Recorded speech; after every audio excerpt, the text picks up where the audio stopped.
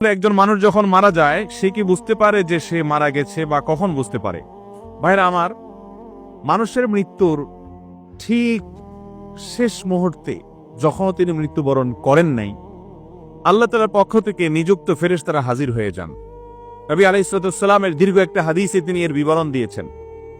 এটা অদৃশ্যের জগতের বিষয়, যেটা আমরা দেখতে পাই না। এটা জানার একমাত্র উপায় হলো ওহী। আল্লাহ তাআলা স্বয়ং ওহীর মাধ্যমে নবীজি সাল্লাল্লাহু আলাইহি সাল্লামকে জানিয়েছেন, তার মাধ্যমে আমরা জেনেছি। এটি আমাদের জানার সূত্র, কারণটা দেখার জিনিস না, আলমুল গায়েব বা অদৃশ্যের জগতের বিষয়। ওহী নির্ভর জ্ঞান ছাড়া এ বিষয়ে জানার কোনো উপায় নেই।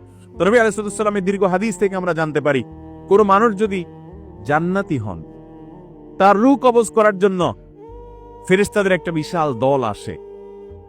তারা এত সুন্দর করে আসে, উপস্থাপন হয় ওই লোকের সামনে যে তাদের আচার আচরণ, তাদের ওই লোকটাকে অভিবাদন জানিয়ে আখিরাতের জগতে নিয়ে যাওয়ার জন্য, ওয়েলকাম জানানোর জন্য আসার যে ব্যবস্থাপনা, দামি মূল্যবান পাত্র, রুমাল, সেখানে রূহ কবজ করে নেওয়া, সেগুলোর জন্য যে আয়োজন থাকে, এটা দেখতে দেখতে সে আল্লাহর বান্দা, নেককার বান্দা, ইমানদার মানুষটা, জান্নাতি মানুষটা হাসতে হাসতে তার রূহটা বের হয় এবং দুনিয়া থেকে চলে যান। অর্থাৎ খুব আনন্দের সাথে তিনি চলে যান।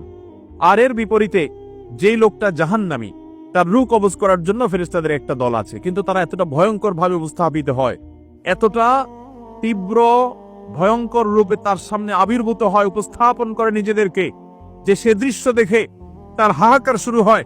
আশেপাশে মানুষগুলো টের পায় না, কিন্তু সে ঠিকই টের পায়। এই জন্য মানুষের মৃত্যুর আগ মুহূর্তে মানুষ টের পেয়ে যায়।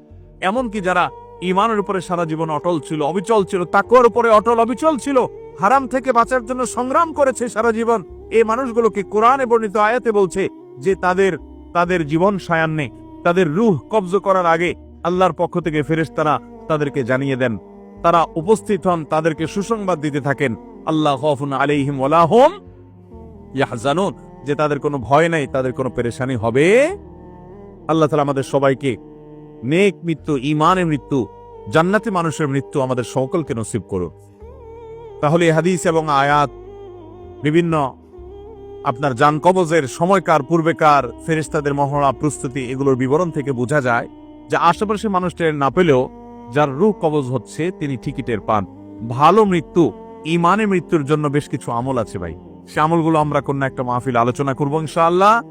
এই ঈমানের মৃত্যুর জন্য একটা কমন আমল হলো যে আমরা সবসময় ঈমান এবং নেক আমলের উপরে, ফরজ কাজ করার উপরে, এই যে ফজরের সময়, শীতের সময় ফজর নামাজ পড়া কষ্টকর, কিন্তু কষ্ট উপেক্ষা করে হলেও করবো। এইভাবে আপ্রাণ যদি চেষ্টা করে যান, নিজের সঙ্গে নিজে লড়াই করে যদি আল্লাহর ফরজ বিধান মানেন, হারাম থেকে বাঁচার চেষ্টা করেন, আপনার মৃত্যুর সময় ঈমান সাথে নিয়ে আপনি যেতে পারবেন ইনশাআল্লাহ।